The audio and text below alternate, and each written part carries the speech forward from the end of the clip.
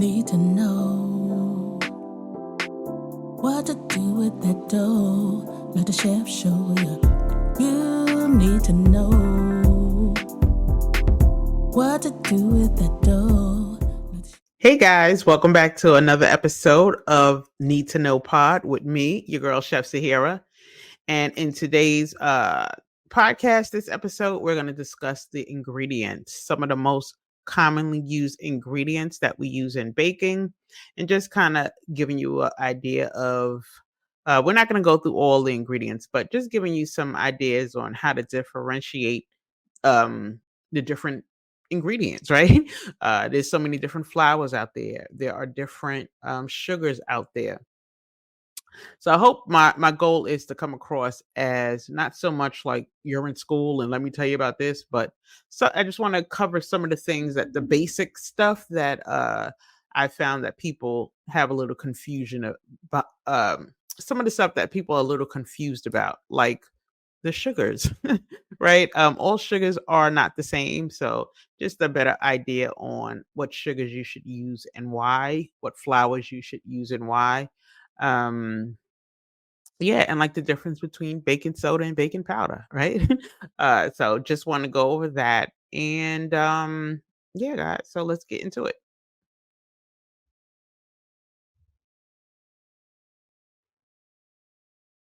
Okay, so the first thing we're going to talk about are the sugars. I like to tackle sugar first because it's one of the first ingredients. If we think of making cakes, it's the cakes that you make when you cream your butter and your sugar together, right? So let's tackle the sugar. So, of course, we know that you have your granulated sugar, and I'll probably just discuss the most commonly used sugars. You have granulated sugar, you have the confectioner sugar, or also powdered sugar. In the baking world, we call it 10x sugar, as well as you have your light and dark brown sugar. Um, you have your sugars in a raw. I do like that to top my muffins. Um, and when it comes to decorating, you have like sanding sugar. You have sanding sugar. You also have coarse sugar. I think that's about it. I think that's it. Yeah. So of course the granulated sugar is the regular sugar that we come across in uh your regular sugar, right? Your table sugar, the sugar you use for your coffee and stuff like that. So the reason why we use sugar, specifically this, when we start talking about the function of sugar, it's the granulated sugar that I'm speaking of.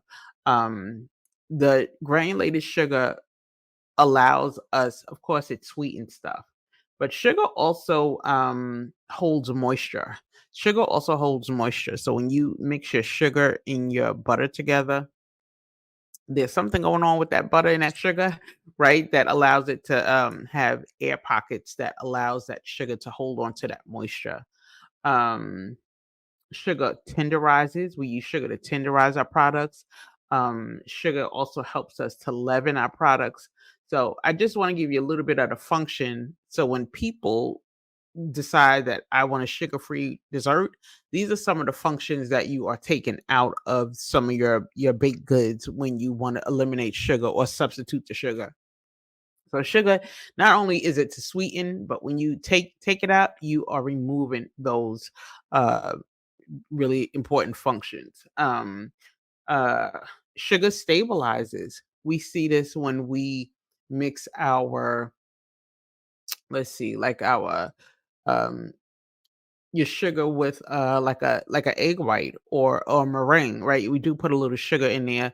Egg white is the meringue, but sugar in your heavy cream, it stabilizes. If you just whip up egg whites with no sugar, your peaks will not be as firm as if you put sugar in there. But sugar holds it together. I've had an employee make like a muffin mix and something, not a muffin mix, she made some cupcakes. And I knew there was something off about it. It was just something that didn't look right. And she forgot the sugar. She forgot the sugar. So I didn't even have to taste it, but it couldn't support it, right? There was no sugar. So sugar definitely uh stabilizes. And without that sugar, I could see that first of all, you won't have the same product. So just yeah, there's that. There's that. We use the sugar to garnish. That's when we talk about like our sanding sugars, sugars that have sugar crystals are a little bit larger. You can use that to garnish as well. And in terms of our yeasted products, like our breads or our danishes, we use sugar because the yeast feed off of the sugar. Sugar is like the food for the yeast. So you will see a lot of recipes that call for yeast that also call for not call for yeast that use yeast will call for some amounts of sugar.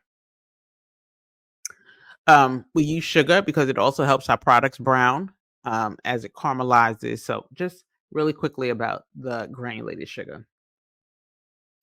Our confectioner sugar, there are some recipes that use both granulated and confectioner sugar, but for the most part, confectioner sugar or powdered sugar is used for our icings. We definitely use it to decorate.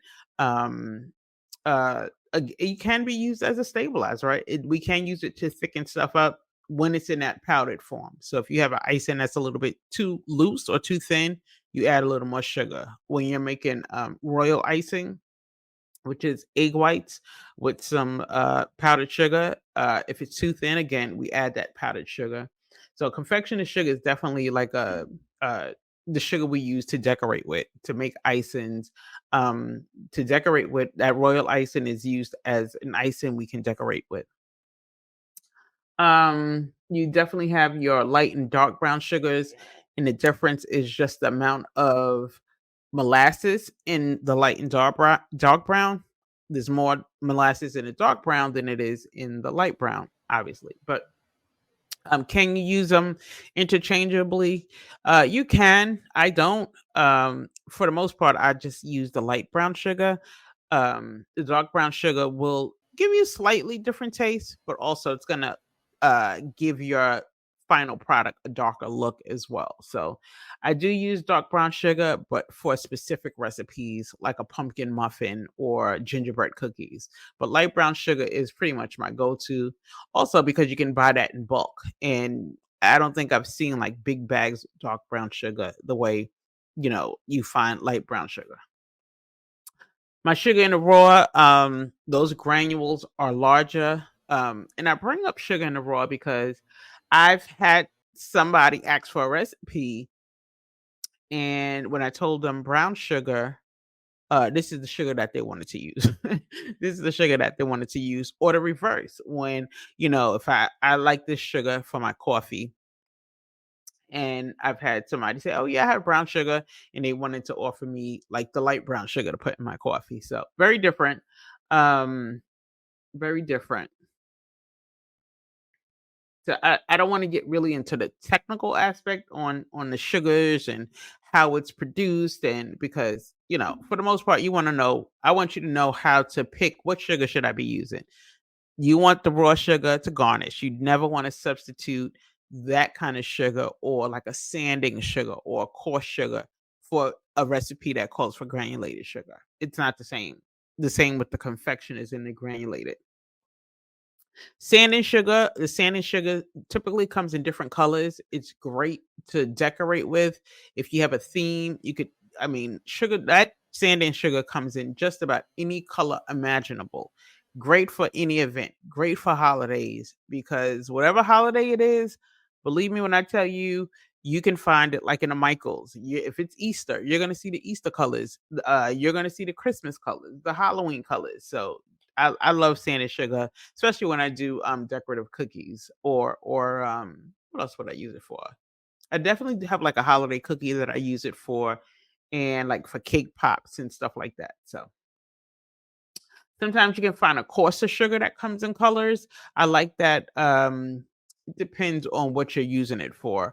Definitely to decorate. Sometimes the coarser sugar, even though it comes in colors, it's the sand and sugar is a little finer, but not as fine as the granulated sugar. All right. So now we're gonna get into our flour. Let's talk a little bit about the flour. Yeah, okay. We're gonna talk about the flour. um, So of course, again, we have a lot of flours out there to choose from. And I think this is key because this is just something I didn't know. Even though there's different names of the flours, never really understood the difference. And I don't feel like I learned this in school. I don't feel like I learned this in school. Not saying that they don't teach it, but it's not something I remember. I just remember we have a recipe. If it called for bread flour, that's the flour we use. Like, no explanation why. If the recipe called for cake flour, use the cake flour. But now I understand more that flour has the gluten, right? Flour has gluten in it. And gluten is the protein, right? Let me just be real specific. Gluten is a protein found naturally in the endosperm of wheat. Um, Flour provides structure. That's the function of flour. Flour provides structure, and different baked goods requires different structural support. So all-purpose flour is like mid-range of the protein spectrum. Let's call it that, the protein spectrum. So you have we'll do from highest to lowest, right? So you have bread flours up here. That's the highest protein level. Then you have bread flour, all-purpose flour, and cake flour. Cake flour has the lowest protein content. Sometimes you don't need that much gluten in your product. So when a recipe calls for cake flour, use cake flour. When it calls for all-purpose flour, um, use all-purpose flour. Bread flour, I have played around with. If a recipe calls for bread flour and I don't have it, I'll use all-purpose flour. I don't necessarily know, depending on what I'm making, that I could tell the difference. But for the most part, I use the flour that the recipe calls for. Now, cake flour, I will not substitute. If a recipe calls for cake flour, I'm going to use cake flour. Um, I remember in school there was a lady who uh she was already baking at home. So, I felt like she was like showing off in school, like, oh, like I just, I'm selling my red velvet cake specifically. She was selling her red velvet cakes. And I remember when she said she didn't use cake flour. She said, "Oh, I just sift my flour like twice." So that's clearly a sign that you don't understand what the flour is. Just because you sift all purpose flour doesn't decrease the amount of protein um in your flour, right? So you can sift all day, it's still the same amount. But I have done specifically with that red velvet cake, what I do is mix the two flours because I think I need some structure, and cake flour doesn't provide enough structure for my red velvet cake. So I'll do like half all purpose and half cake flour. So that's your tip of the day. You can mix up the flours, but you have to really know a recipe and work through it. And that's all about just perfecting your recipe. That's a podcast episode. How to perfect your recipe. I think that is key. A lot of times we want to try to bake everything. There are a lot of things that I can bake. If I looked at a recipe I can make, but I don't, either because I don't know how it should taste, or um there's too many steps involved, or I'm just not passionate about that one thing. The things that I know how to bake really well, I bake really well. And I don't want to bake 15 different items. So there are some things I can make when I have to make it, I make it, but I don't go around just baking just because. We also have self-rising flour. What's his name from what is that? American Idol, Randy Jackson. Yeah. So when it comes to self-rising flour, that's a no for me, though. And that's only because, like, you can have disastrous results with self-rising flour. The only time I use it is to make my husband's peach cobbler that he wants. It's a quick, easy way to make peach cobbler. The thing about self-rising flour is number one, it already has the leavening agent, your baking soda or baking powder. If you use self-rising flour and it calls for baking soda or baking powder, you don't know how much is in there. So if you follow a recipe and you add more baking powder, you add more baking soda, it's just going to increase the leavening effect. right? And what happens is your cake will overflow, right? Your cake will overflow. I had a horrible experience with Presto. This is before I went to school. Presto. I didn't know Presto was self-rising, right? Who knew? And it was just disastrous, and I couldn't understand what went wrong. But I Presto to me was just flour. So that's why I like to just kind of give you a heads up on self-rising flour. I'm never gonna give a recipe with self-rising flour ever unless I make that quick peach cobbler. That's the only time I ever use it. So um this thing called pastry flour, you don't see it too much. Pastry flour is like in between all purpose and cake flour. We use that a lot in school, but when I actually interned in a restaurant, I realized that they didn't use it. Pastry flour is a little pricier. If you can't get your hands on pastry flour, just use all-purpose flour. That's where I would substitute. I would substitute because when I finished school, I was trying to keep up with, doing everything the school said, but it's just not cost effective. Um, and yeah, all-purpose flour works if you have to use pastry flour. You have bleached and unbleached flour. I think I just grab the flour and don't look. Most of our flour you probably pick up is bleached.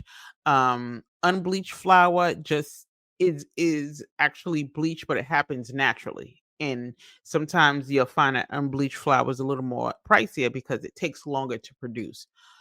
Bleached flour is definitely bleached with I feel like it's peroxide, if I'm not mistaken. Don't hold me to it.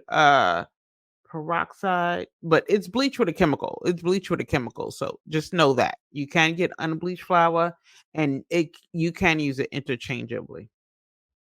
So if you have a question, definitely DM me on the social media pages about any of these ingredients. If there's something you're confused about, just let me know. Drop me a line.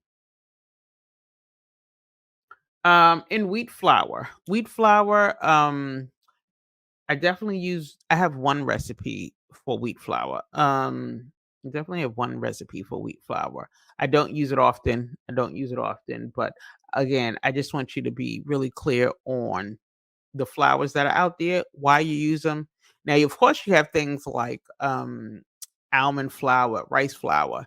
Those things are considered flour because flour is just a pulverization of that grain, so you can find almond flour. Those are the flours that you would use for if you wanted gluten free, right? Gluten free products would use like an almond flour or rice flour because now that is not the flour itself. It's not the flour, not the flour, not the wheat. Gluten is in that wheat, so just know that. I hope that makes sense, guys. Now let's see. Let's talk about our leavening agents. Our leavening agents. So, leavening agents are the things that make your products rise. You can have a chemical leavening agent, you can have uh, a biological leavening agent, as well as a natural leavening agent. The chemical one is the one that we're going to discuss. The biological would be yeast, and the natural one would be steam. When the conditions are right, steam, when you put your baked good in the oven, steam is what allows your products to rise. So there's that. But with today, we're going to talk about the baking soda and the baking powder. What's the difference between the two, um, and when to use it. Okay, so the baking soda and baking powder are both the chemical leavening agents. One is just a complete one, and one is not, right? So the baking soda actually is let me see, what is that? It says when I say it, my notes, right? The baking soda is a natural alkaline compound, which means that it's not acidic. So when baking soda is combined with an acid, a chemical reaction takes place. And an example of that is if you had baking soda and you added vinegar, right? If you add that vinegar to your baking soda, you get that carbon dioxide, right? That's the chemical reaction that's taking place. And in your baked goods, if you notice, items that call for baking soda will someplace in that recipe has some kind of acid to add to it, and that's how it's activated. So let's say uh let's go back to the red velvet cake, right? The red velvet cake calls for baking soda, not baking powder. All the recipes that I've seen, I'm sure there's some with baking powder, but the recipe that I use in the recipes that I've seen call for baking soda. They also call for vinegar, right? It also calls for buttermilk. So that those are your acids mixing with that compound, right? That alkaline compound mixing with that baking soda. So in order to get that leavening agent, the acid is the vinegar, the acid is the baking soda. Um okay, so your baking powder is a complete leavening agent. Since the acid in baking powder is dry, right? The acid in the baking powder is dry. The baking soda won't react until a liquid is added to it. The baking soda will not react until the liquid is added to it. So whereas some people, I've heard people like to make batter ahead of time. I don't suggest that you do that because you have started the chemical process, right? Once you add it in there, it's working. You may not see it working like you see that vinegar in your baking soda, but it's working and it's going to have an effect on your final product. Trust me, I've tried it. If you have a little batter left over, it just doesn't give you the same height, the same oomph. So I definitely wouldn't recommend that. So that's the difference. If you are using a baking powder, it's just going to say milk or something like that. But definitely the thing to look out for if you see something that calls for baking soda, equate that with acid. Where's my acid? The acid takes form of again vinegar, buttermilk, lemon juice. It could be yogurt. It could be some honey. I have seen you it may well, I don't use a lot of stuff that calls for honey, so let's scratch that. But anyway, so stuff like that, sour cream maybe. So just know that when you see baking soda, there should be some kind of acid. Sometimes they put it together. Sometimes you will see a recipe that calls for baking soda and baking powder. You absolutely will because it needs to balance itself out. Let's see. I want to definitely go over butter really quickly. Um, I think butter is important. I'll just tell you this. The one question I get all the time is should I use salted or unsalted? Hands down, you as a baker, you always want to use unsalted butter. I've seen recipes. This one guy, he said he went viral with his recipe because or his video because he broils his cookies and he melts the butter and he melts he melts the salted butter. So that's just a no-no in baking. We always use salted, but unsalted. I'm sorry. In baking, we always use unsalted butter. And the reason behind that is because, of course, the salted butter has salt, but we don't know how much salt is in there. Most of your baking recipes, I would say like 95% of your baking recipes are going to call for salt. So you're adding salt on top of salt. So yeah, bakers just use unsalted butter. You can always add the salt to it, but you can't take it out. So there's that. Also the thing about butter, butter is considered one of the fats. We like to use the butter because it's whippable. You cannot whip shortening, and it melts in your mouth as opposed to shortening.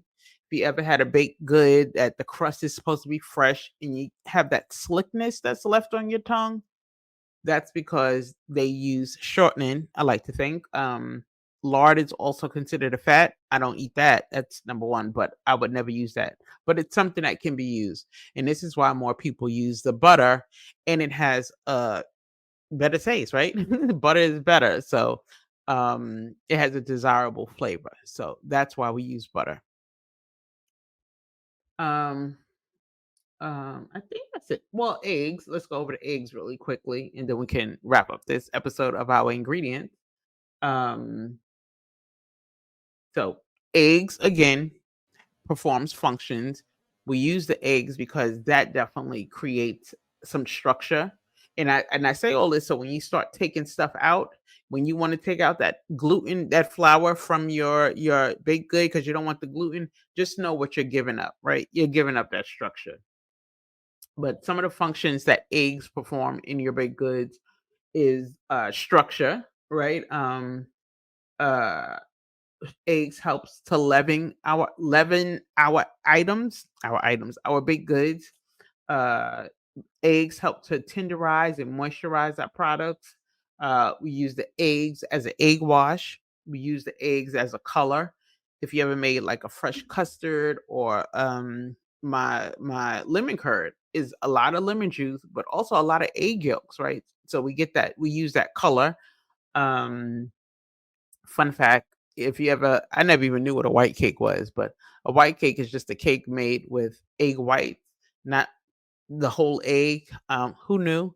But yeah, once we add that egg to it, now we have a yellow cake. But if you want a white cake, just the egg white. And also the nutrition value, right? The eggs gives us a little nutrition on top of all the other goodness that goes into our baked goods. So just know uh these products, these commonly used ingredients serve a purpose. So I just wanted to give you a better understanding. Lastly, eggs helps to emulsify. Eggs will bring your batter together. um it says eggs are natural emulsifiers that help make our batters smooth, right? It's going to be a difference. There is a recipe, a muffin recipe that I don't use eggs. That's my vegan option, and I use like an egg replacer. It's a powder mixture. I don't use it for everything because sometimes you need that egg to bring it together. But this particular recipe works, so I do. That is the one recipe I could use without the egg. But I've made cookies without it. It tastes okay, but you need that. I like a smooth batter. That egg is playing a very crucial role in our baked goods. Um, and I think that is it, guys. I think that's it for this episode in terms of the ingredients. Again, I want to encourage you to send in your baking questions for me. If you have baking questions, I'm here to answer if I could. Also, send in your recipes. I want to be able to go over the recipes with you guys. If there's a recipe that you are struggling with, feel free to drop me the recipe. You can send it to me at needtoknowpod@gmail.com, and I will definitely try to look it over and give my feedback so we can get you on the right path. It may be that you have to change that recipe, and just let me just say I don't want to review recipes so you can use my recipe. I'm not saying that, but I just want to let you know what could be wrong with that recipe. Um and another fun fact, I give out some recipes, but not all, because unless you really know what you're doing, you can take my recipe and have disastrous results and say, "Well, I took chef's recipe and it wasn't good." So, but yeah. So let's see. What is our safety tip? Food safety tip time, right? So what is our food safety tip? So for this episode, my food safety tip is to uh know where you're going to eat. There are a lot of places here in New York City, a lot of places that have C ratings, and we don't know about it. So just to know where you're going to eat. If you can, like, look at the ratings. The ratings are for consumers. I want to see what the health department is saying. There are a lot of restaurants out here, specifically one pizza store out here that continues to get C's year after year, which indicates to me that one, you don't care about your consumers. Two, your staff isn't trained. Three, like, how dare you, right? And I know that I couldn't set up shop in somebody else's neighborhood and get C's all across the board, like every year, and stay open. Yeah, I could not. And how dare you come into our community and do that? So yeah, know what you're eating. Because I do believe that people should be trained in food safety if you're going to work in that industry. And here in New York City, uh you only need to have one person on duty that is trained in food safety. But if you're not training your staff, then you put the public at risk.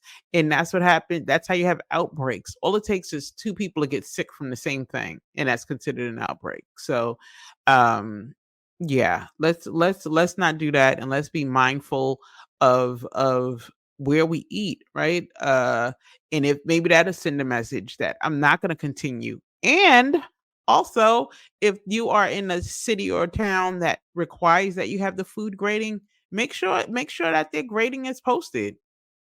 Some really well-known places out here in New York have C ratings and their sign is not posted. Now, I don't want to be the one to out them or make a report, but like, how dare you? But what we can do is not eat there. There is a very well-known chef here in New York City who has a restaurant. I don't know if she's in New York, but I know she has a restaurant here, in the heart of New York City with a C rating. And yeah, very well known and has a C rating. And I'm not saying it's her, but it could be her staff. It could be her training. If everyone is not on the same page when it comes to food safety, then you end up with a C. But meanwhile, you go on TV and you are judging and rating people and have all these shows, and you could potentially be making consumers sick. And I don't understand why they're allowed to operate with C ratings. But that's me, right? That's me being I'm a food safety fanatic, so there's that.